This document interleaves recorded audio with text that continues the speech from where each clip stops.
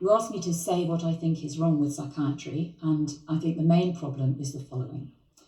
Psychiatry thinks it can explain human feelings and actions through brain events. It wants to think of the troubles that we refer to as mental disorder as brain diseases, or at least as conditions that originate in the brain. But I would suggest that they are not.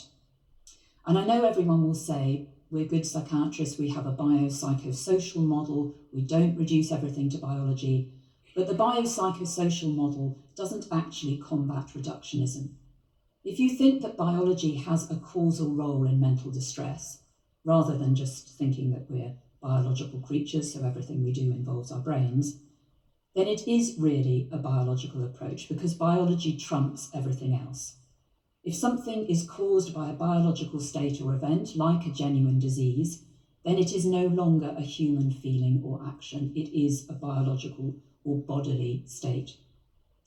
And the corollary of this is that psychiatry wants to think of psychiatric treatments as disease treatments, and I would suggest that they are not this either. Psychiatry wants to think of itself as equivalent to general medicine, as being able to identify the biological mechanisms of a disease process and to treat that process by modifying the mechanisms. And this means that in psychiatry, people are treated as bodies and as brains rather than as people.